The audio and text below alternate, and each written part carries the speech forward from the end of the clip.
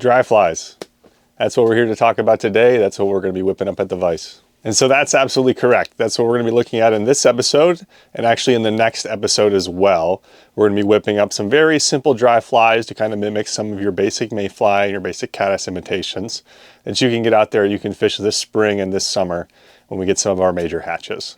In this first part of our dry fly series, we're going to focus primarily on CDC dry flies. And CDC being French for col de canard, which is just a very specific duck feather. I don't specifically know what part of the duck it's from, but it's an extremely buoyant feather, and it works very, very good to make very simple dry flies that most beginners should be able to whip up. And two very specific patterns that we're going to be looking at today. We're going to be looking at a split wing Spanish style dry fly, and then we're going to also be looking at more of a down wing kind of caddis imitation dry fly. And what's cool about both these patterns is just by changing some colors, just by changing some hook sizes, you can cover a wide variety of mayfly adults and a wide variety of caddis imitations. And these are by no means the most imitative or the most pretty flies in the world, but they float well, they have the right profile, and they are more than capable of fooling some picky fish on your local trout fisheries. So let's head to the vise and let's whip up a few different bugs.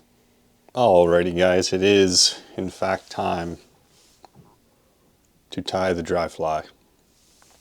So we're going to start off with just a very simple split wing dry fly here. This is just with a hare's ear colored dubbing.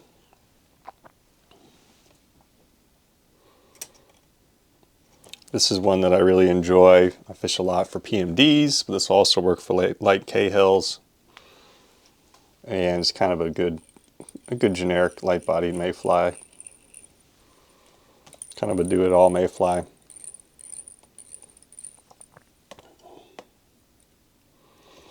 But the nice thing about these patterns is if you just change up some thread color, some dubbing color, increase the size of the hook or decrease the size of the hook, you can cover a variety of different mayflies just all with this one standard kind of pattern. You change the colors a little bit, but all the processes here are going to stay the same.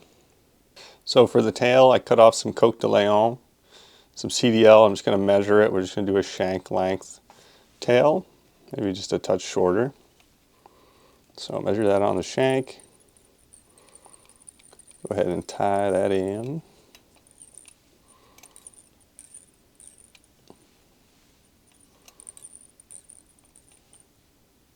It's probably a touch long. Let's try that again here. I like shorter tails rather than long tails.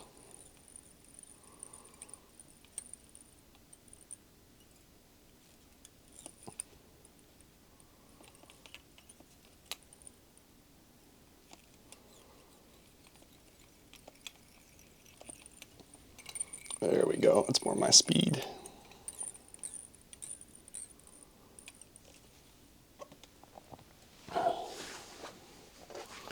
All right, and now that I got that thread right at where the barb would be, I'm just going to come in here with some UV tracer dub. Go ahead and spin some dubbing on my thread here.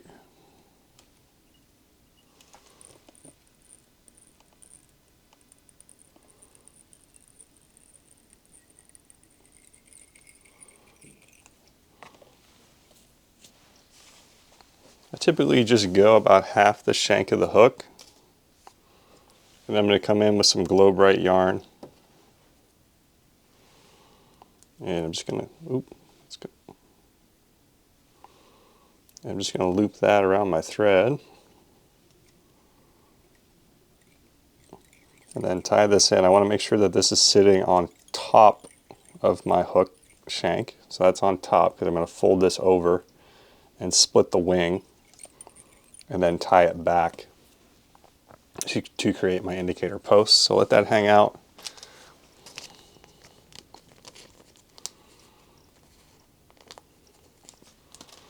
Then I'm going to come in here, I'm just going to put another little bit of dubbing. I just want to build a little bit of a ball,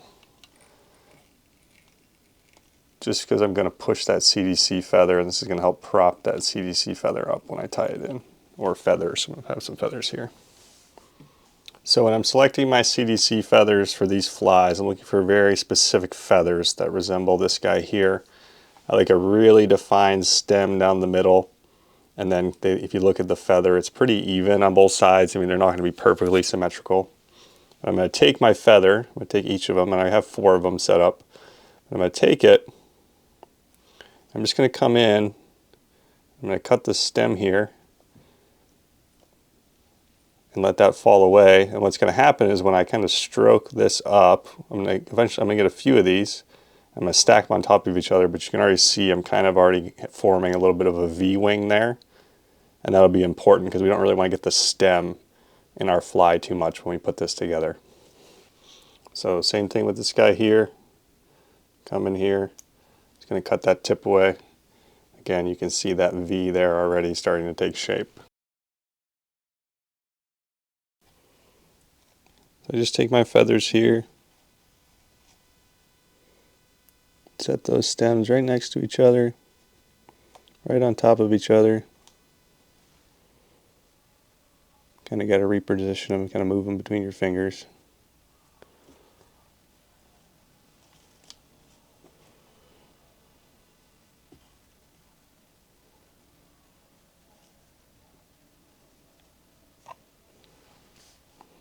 Until I get them all stacked up just like that. You can even do it, you just set them down.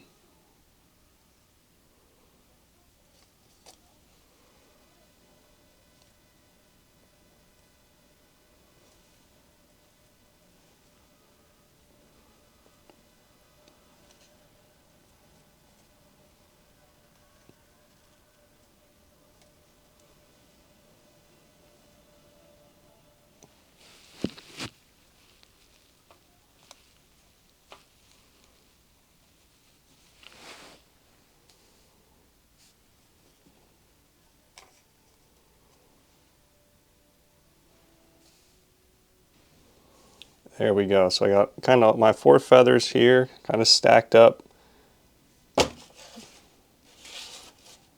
ends of those stems aligned. And what I'm going to do is I'm just going to take my fingers and kind of pull those fibers up.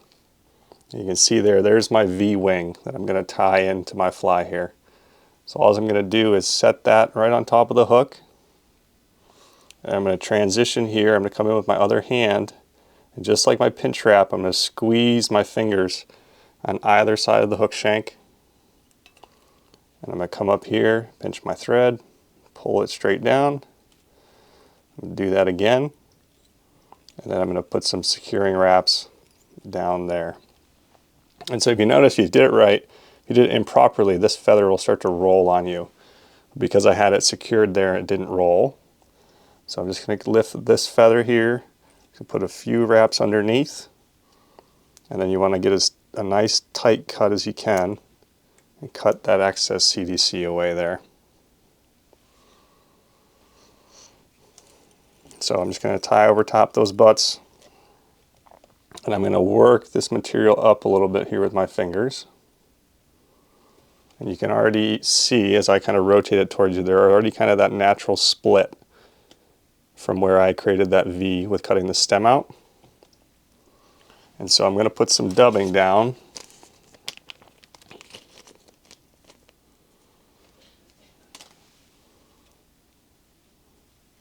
So come in here and make my dubbing noodle.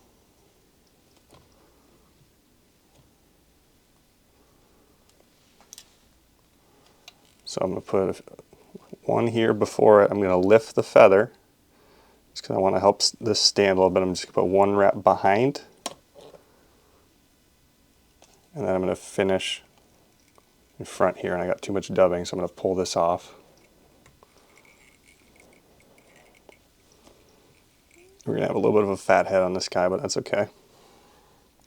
Now I'm going to take my Glow Bright thread here, and you can see the natural split there. I'm going to pull that straight through that split. I'm going to tie that down just behind the eye here.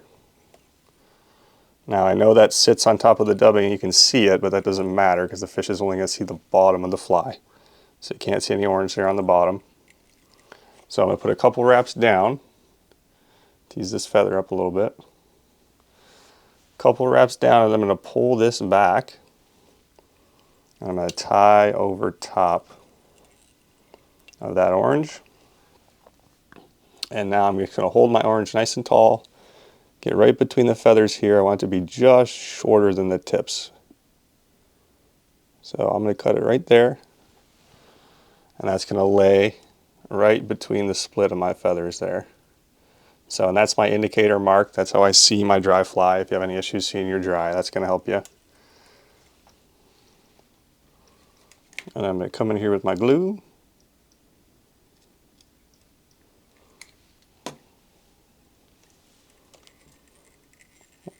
Three wraps there.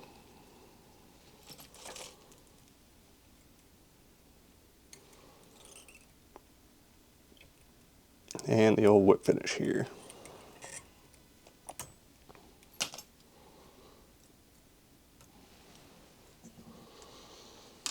So that's it. You can tease your feathers up. And sometimes what I'll do is if my wing is too tall, just kind of hold my wing up like this, and same thing, and just take my fingernail and just kind of pull the tops like that.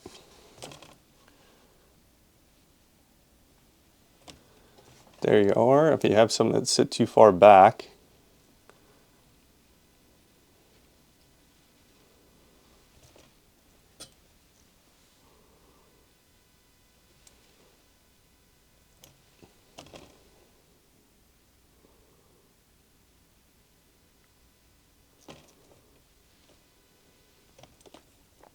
I don't particularly love these ones here, so I'm just going to snip those out.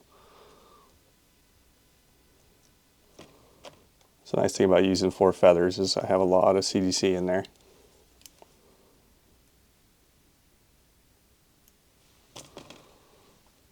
There you go.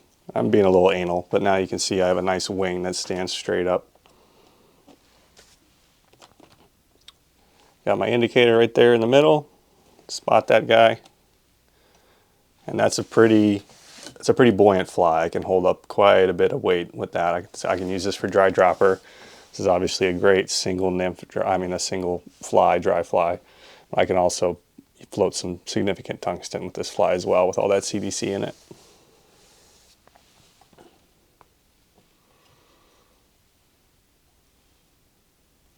Alrighty, now we're going to move into our caddis imitation here. So I'm going to go up with a little bit bigger size hook here.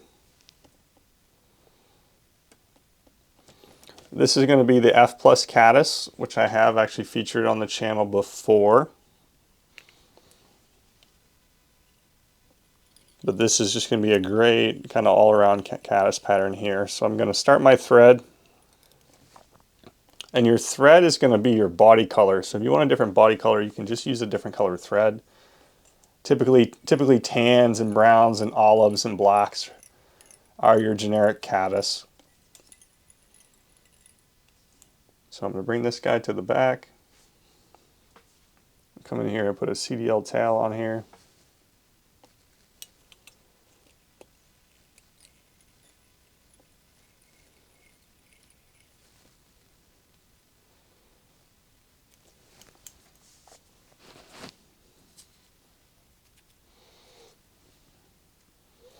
Now I got a small strip of foam here, about 3/4 the gap of the hook, half the gap of the hook. And this is a pattern I used to fish a lot when we were still allowed to fish foam flies, but they banned foam dries from competition for a little while. But they are once again back in business. So we're going to see more F plus caddises in the box this season probably. So I'm just going to go the full shank of the hook just to keep my my body level, and also add a little extra floating. But again, you can see my thread here on the bottom. That's going to ultimately be the color of my fly, plus a little bit of that foam peeking out the side. So I'm going to bring that forward. What I'm going to do is I'm just going to pull this forward, and I'm just going to make segments out of the foam. So I'm just going to put 3 wraps down on top of each other, then pull my foam back, advance my thread, pull this down again, and we're just making little segments with the foam. Nothing too crazy here. We're just going to do one more. And this is just going to add some floatant into my fly here to really hold up some tungsten beads for some dry dropper fishing. This is probably one of my favorite dry dropper flies, or at least it used to be. Again, I've gotten away from this pattern a little bit with the banning of foam, but foam is back. This can fill up some tungsten, hold up some tungsten beads here. So I'm going to tie down that little tag there, and I'm going to grab my CDC feathers here. And here you don't have to be as picky. You can still kind of get some of these nicer feathers. But the reality is you don't really want too big of a thick stem, because we're going to stack the tips this time. But we're not gonna cut anything out. We're just going to stack the tips. See, here's kind of a less than desirable one. This maybe for like a V-wing, but this one will work perfect for what we're doing. Same thing with this guy. This might not be the best V-wing. This is good for what we're doing. So I got my CDC stacked here. And I'm just going to bunch it together because we're just making a down wing. I don't need a V-wing. I'm just going to pull this back. We're just going to set this and kind of measure our down wing. Switch hands there. Same thing, pinch wrap. You don't want to see that CDC roll. You want that to sit right on top of the hook there.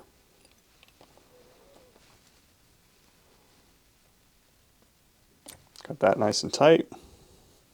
You can kind of work your thumb down on this a little bit to try to get it. You want it to maybe splay a little bit so it's still sitting on top, but maybe it splays either side of the hook a little bit. And we're just a touch long with our wing, so I'm just going to come in here, pinch that, kind of pull some of these fibers away here.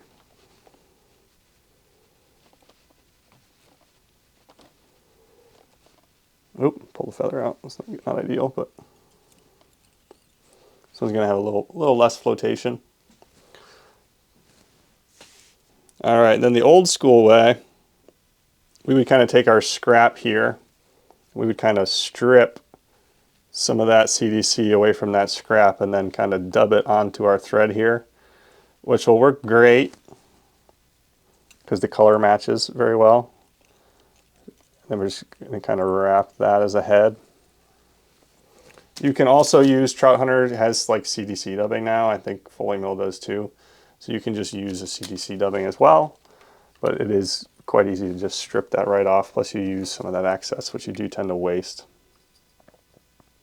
So that is it for the fly, really. I'm just going to put some glue on my thread here, a couple wraps. And this is the part, I always don't know where my whip finish is. My whip finish was sitting right next to my vise, and I just spent a half hour looking for it.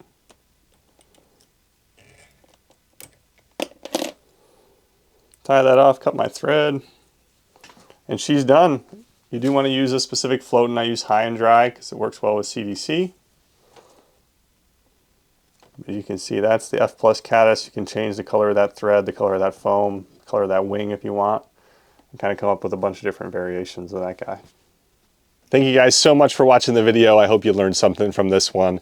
Hope you get the opportunity to whip up some of these bugs and we get some warm weather, some hatches, and you get to get out there and fish some of them. As always, if you have any questions, comments, concerns, go ahead and put those down in the comments section. If you're not a subscriber to the channel, please go ahead and do that. Again, we do have some sweatshirts and t-shirts and long sleeves and crew necks and that sort of thing up on the Shopify store. I'll leave the link to that in the description. Also have some flies on Etsy if you're looking to get your hands on some of my flies, or you're certainly welcome to message me for some custom orders or anything like that. So also, if you're always looking to get out on the water and learn some techniques and you're in the Western New York, Erie, PA area for steelhead, or Northwestern Pennsylvania for inland trout, and Western New York for inland trout, I'd love to get you out on the water, teach you a few things, have a great time. So more than welcome to message me for that as well. But like I said, that's going to do it for this one, guys. We will see you in the next one.